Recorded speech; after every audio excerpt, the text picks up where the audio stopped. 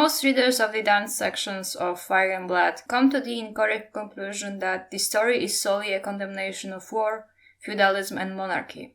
Few note the themes of misogyny and gendered violence, or shrug it off as irrelevant, in spite of this being basically the central theme of not only the dance, but all of Fire and Blood. And looking at the lore of the World of Ice and Fire, one cannot help but see the parallels between this war and another usurpation, eons before Rhaenyra and Aegon even walked the earth.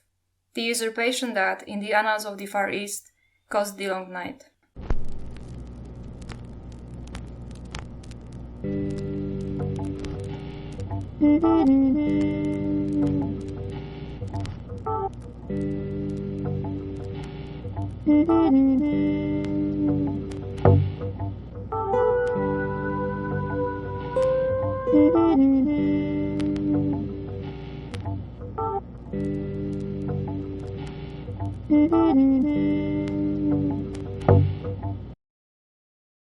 Before we start, remember that if you like my content, like, subscribe and share so that more people can see it. Make sure to click the notification button so that you never miss a new video. Also, you can listen to this on Spotify if you prefer. Check the link in the description. The World of Ice and Fire is a huge compendium about the world created by George R. R. Martin, written by him alongside Elio M. Garcia and the known racist Linda Antonsson. There, a segment is dedicated to a mysterious, now extinct civilization known as the Great Empire of the Dawn. For 10,000 years, the Great Empire of the Dawn flourished in peace and plenty under the God on Earth, until at last he ascended to the stars to join his forebears. Dominion over mankind then passed to his eldest son, who was known as the Pearl Emperor, and ruled for 1,000 years. The Jade Emperor, the Tourmaline Emperor, the Onyx Emperor, the Topaz Emperor, and the Opal Emperor followed in turn, each reigning for centuries, yet every reign was shorter and more troubled than the one preceding it. When the daughter of the Opal Emperor succeeded him as the Amethyst Empress, her envious younger brother cast her down and slew her, proclaiming himself the Bloodstone Emperor and beginning a reign of terror.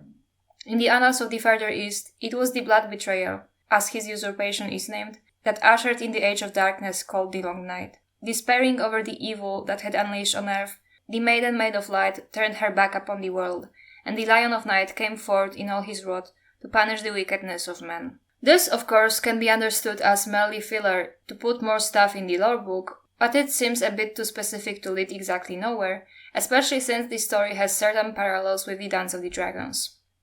As we know, the Dance of the Dragons was a civil war between the two branches of House Targaryen. The claimants to the throne were also an older sister and an envious younger brother, who killed her in order to secure the throne for himself. While the dynasty ultimately survived for another 1.5 centuries, all of the dragons that remained in the world perished.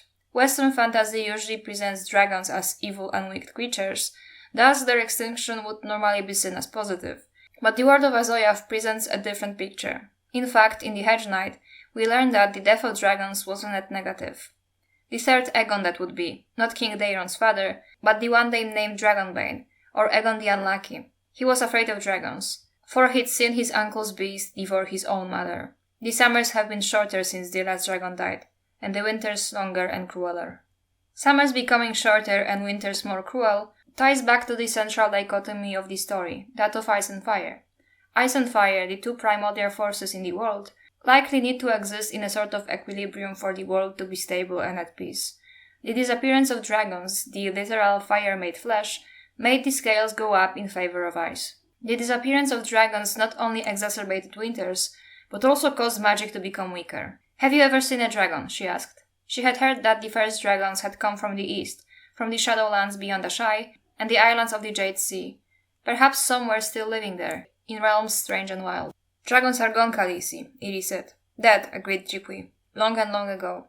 Viserys had told her that the last Targaryen dragons had died no more than 1.5 centuries ago, during the reign of Aegon III, who was called the Dragonbane. That did not seem so long ago to Dany. "Everywhere," she said, disappointed. "Even in the east. Magic had died in the west when the doom fell on Valyria and the lands of the Long Summer, and neither Spellforged Steel, nor Stormsingers, nor dragons could call it back. But Dany had always heard that the east was different. Perhaps magic was once a mighty force in the world, but no longer. What little remains is no more than a wisp of smoke that lingers in the air after a great fire has burned out, and even that is fading. Valeria was the last ember, and Valeria is gone. The dragons are no more. The giants are dead. The children of the forest forgotten with all their lore. However, Daenerys bringing dragons back from extinction is what causes the magic to make a return.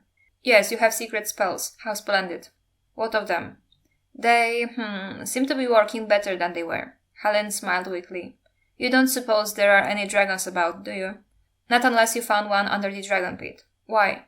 Oh, pardon. I was just remembering something old Wisdom Politor told me once, when I was an acolyte. I'd asked him why so many of our spells seemed, well, not as effectual as the scrolls would have us believe. And he said it was because magic had begun to go out of the world the day the last dragon died. The Fire Mage had conjured a ladder in the air, a crackling orange ladder of swirling flame that rose unsupported from the floor of the bazaar, reaching toward the high lattice roof. When the fiery ladder stood 40 feet high, the mage leapt forward and began to climb it, scrambling up hand over hand as quick as a monkey. Each rank he touched dissolved behind him, leaving no more than a wisp of silver smoke. When he reached the top, the ladder was gone, and so was he. A fine trick, announced Jogo with admiration. A woman said in the common tongue. Dany had not noticed Quaid in the crowd, yet there she stood, eyes wet and shiny, behind the implacable red lacquer mask. What mean you, my lady? Half a year gone, that man could scarcely wake fire from dragon glass. He had some small skill with powders and wildfire, sufficient to entrace the crowd, while his cat purses did their work. He could walk across hot coals and make burning roses bloom in the air. But he could no more aspire to climb the fiery ladder than a common fisherman could hope to catch a kraken in his nets. Dany looked uneasily at where the ladder had stood. Even the smoke was gone now, and the crowd was breaking up, each man going about his business. In a moment more than a few would find their purses flat and empty. And now his powers grow, Khaleesi. And you are the cause of it. Me, she laughed. How could that be? The woman stepped closer and laid 2 fingers on Dany's wrist. You are the mother of dragons, are you not? The death of dragons and the subsequent disappearance of magic from the world, as well as the equilibrium of the ice and fire being thrown off balance, making winters worse, seem like perfect ingredients for the rise of the others. And the dragons went extinct because of the Dance of the Dragons, which by itself was caused by an envious Aegon II usurping his sister rhaenyra, just like the Blood Betrayal, which caused the First Long Night, was caused by the Bloodstone Emperor usurping the Amethyst Empress. The Dance of the Dragons, thus, indirectly led to the next Long Night. While the Great Empire of the Dawn is not mentioned by name in the main series, right before Daenerys wakes dragons from stone, she has a peculiar dream. Ghosts line the hallway, dressed in the faded raiment of kings. In their hands were swords made of pale fire. They had hair of silver and hair of gold and hair of platinum white, and their eyes, well, opal and amethyst, tourmaline and jade. Faster, they cried. Faster, faster. She raced, her feet melting the stone wherever they touched. Faster, the ghosts cried as one, and she screamed and threw herself forward. A great knife of pain ripped down her back, and she felt her skin tear open and smelled the stench of burning blood and saw the shadow of wings. And Daenerys Targaryen flew. The eyes described by those who urged Dany to run have colors that match the names of the emperors of the Great Empire of the Dawn. They also hold swords made out of pale fire, just like Azor Ahai supposedly had a flaming sword. The reason why these people appear in Dany's dream is to urge her towards her destiny, towards waking dragons from stone and fighting the next long night, returning the equilibrium, bringing back magic, and giving humanity a shred of chance against the ice zombies. Since I don't think a single flaming sword will do much, especially if it's the disappearance of dragons that likely gave the others enough power to return. We do not know the exact details of the usurpation of the Amethyst Empress, and whether the emperors of the Dawn were dragon lords. One of the hypotheses of the origins of dragons is that they came from the east, and this is where the center of the Great Empire of the Dawn seems to be located, since the legends say that it was the predecessor of Yeti. My tenfold theory is that the Dawn emperors were the very first dragon lords, and that the Bloodstone Emperor also caused their first extinction when he usurped the Amethyst Empress. The equilibrium was thrown off balance, which plunged the world into the long night, until there appeared a hero that repelled the darkness. The original myth of Azor Ahai that we hear of talks about a flaming sword that Azor Ahai wielded to end the long night. But what is interesting is that Azor Ahai come again is believed to not only forge such a magical sword, but also wake dragons from stone. In fact, one version of the myth talks about a sword and the other talks about dragons, without mentioning the other. Because they are the same, it was never a sword. The original Lightbringer was also a dragon. Azor Ahai brought dragons back and fixed the equilibrium of ice and fire, which allowed him to end the long night. Whether or not the Emperors of the Dawn were Dragon Lords, we know for sure that it was the Amethyst Empress usurpation that brought the long night, and we also have plausible evidence that Rhaenyra's usurpation and the subsequent death of dragons is what gave rise to the others, since the death of dragons, caused by the dance itself, is what once more threatened the equilibrium. George is not subtle here, which is why it's especially baffling that it's still widely denied that the dance was not only about misogyny and only misogyny, but that said misogyny was a force so destructive that it threw the two primordial forces off the balance and caused the apocalypse, and for the second time, no less. Which is why it is so meaningful that, after a misogynistic war destroyed the balance, it's a girl who brings that balance back. The death of dragons not only threatened the balance of primordial forces, but also caused the women of House Targaryen to become nothing more than cattle to be sold and abused, with Daenerys being the final embodiment of that enslavement. But Daenerys broke that generational curse by finding her own independence with the birth of dragons. The choice to make Daenerys a woman as opposed to a man was deliberate as well. Here is a quote that has been featured in half of my videos at this point. Why is Dany a princess and not a prince? I made this choice a long time ago, but I think I wanted to play a little with gender roles and reverse things a little. And of course, Mother of Dragons, to my mind, is much better than Father of Dragons. There is the connection between the woman who brings forth life, carrying a huge power of death, fire and destruction. There are very powerful metaphors in there. This is why her being Azor Ahai is so important. Dany is proclaimed as the one by the Red Priest in Volantis, with one interesting tidbit. Benero has sent for the word from Volantis. Her coming is the fulfillment of an ancient prophecy. From smoke and salt was she born to make the world anew.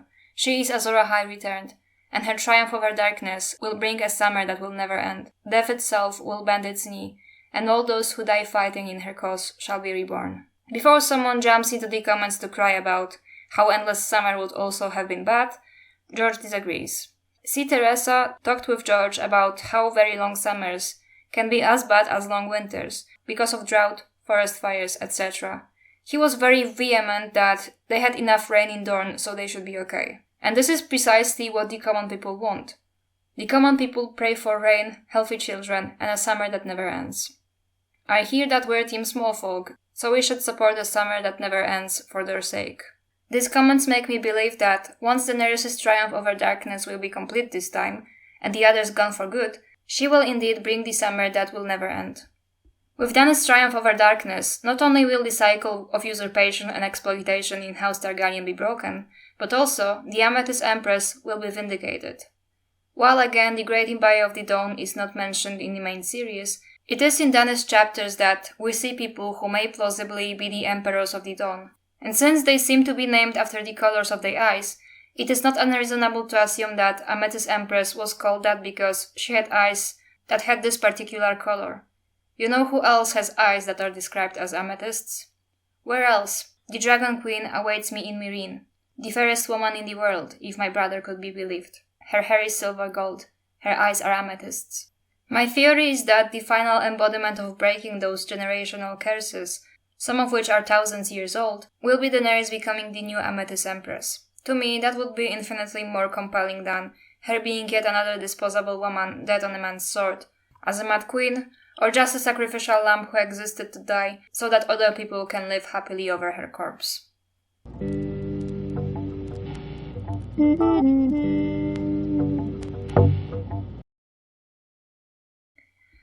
The story of the Amethyst Empress was likely included in the lore as a callback to the Dance of the Dragons, and the Dance of the Dragons, like all of Fire and Blood, was written as a callback to Daenerys Targaryen. Just like the usurpation of the Amethyst Empress caused the Long Night, Rhaenyra's usurpation contributed to the next long night due to the destruction of the equilibrium of ice and fire. That equilibrium was returned to the world, alongside magic, but in order to get rid of the threat for good, the others must be defeated once and for all. Then a summer that never ends will prevail. Thanks for watching. Remember that if you like my content, like, subscribe and share, so that more people can see it. Make sure to click the notification button so that you never miss a new video. And remember, Phoenix rises from the ashes, and ashes always stand on top.